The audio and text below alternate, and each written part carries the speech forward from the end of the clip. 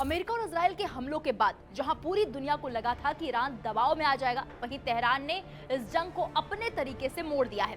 हालात ऐसे बनते दिख रहे हैं कि जंग के बीच भी ईरान न सिर्फ टिककर खड़ा है बल्कि आर्थिक तौर पर फायदा भी उठा रहा है।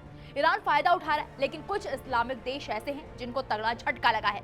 दरअसल जब 28 फरवरी को अमेरिका और इजराइल ने ईरान पर हमला किया, तब उनका मुख्य निशाना सैन्य ठिकाने थे। 3rd नहीं 13 डिग्री का केस है।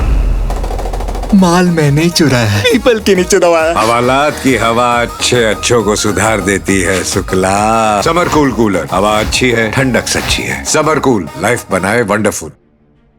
खार्ग आइलैंड के आसपास के इलाकों में हमले जरूर हुए, लेकिन एक बड़ी बात ये रही कि तेल टर्मिनल को सीधे तौर पर निशाना नहीं बनाया गया। इसकी वजह थी वैश्विक तेल संकट का डर। अगर ईरान के तेल ढांचे को पूरी तरह तबाह कर दिया जाता तो दुनिया में तेल की कीमतें बेकाबू हो सकती थी। यहीं से ईरान को मौका मिल गया। खार्ग टर्मिनल को चालू रखते हुए उसने अपने तेल निर्यात को जारी रखा। इंटरनेशनल एनर्जी एजेंसी और S&P ग्लोबल की रिपोर्ट के मुताबिक ईरान हर दिन 17 से 20 लाख बैरल तक तेल एक्सपोर्ट कर रहा है। हैरानी की बात यह है कि उसका करीब 90% तेल अब भी इसी खार्ग टर्मिनल के जरिए बाहर जा रहा है। इतना ही नहीं, ईरान ने अपने घोस्ट फ्लीट का इस्तेमाल तेज कर दिया है। ये वो जहाज है जो बिना पहचान के या अलग अलग झंडों के तहत तेल की सप्लाई करते हैं। इसके जरिए ईरान खास तौर पर चीन को बड़ी मात्रा में तेल भेज रहा है।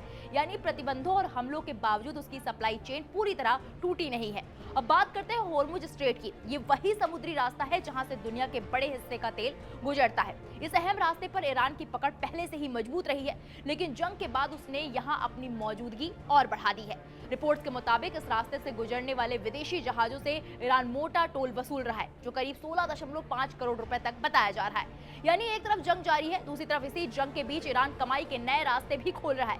वहीं ईरान के लगातार हमलों और होर्मुज स्ट्रेट पर बढ़ते खतरे की वजह से पूरे मध्य पूर्व में तेल और गैस सप्लाई पर असर पड़ा है। सऊदी अरब, कतर, इराक, कुवैत और यूएई जैसे देशों की सप्लाई चेन बुरी तरह प्रभावित हुए हैं। सुरक्षित समुद्री रास्तों की कमी, बढ़ते हमले और लॉजिस्टिक दिक्कतों की वजह से कई जगहों पर प्रोडक्शन में 70% तक की गिरावट देखी जा रही है। इसका सीधा असर वैश्विक बाजार पर पड़ रहा है। तेल की कीमतों में उतार चढ़ाव बढ़ गया है और कई देश अब वैकल्पिक सप्लाई की तलाश में जुट गए हैं। कुल मिलाकर तस्वीर यह है कि जिस जंग का मकसद ईरान को कमजोर करना था, उसी जंग में ईरान ने अपने लिए आर्थिक मौके निकाल लिए हैं।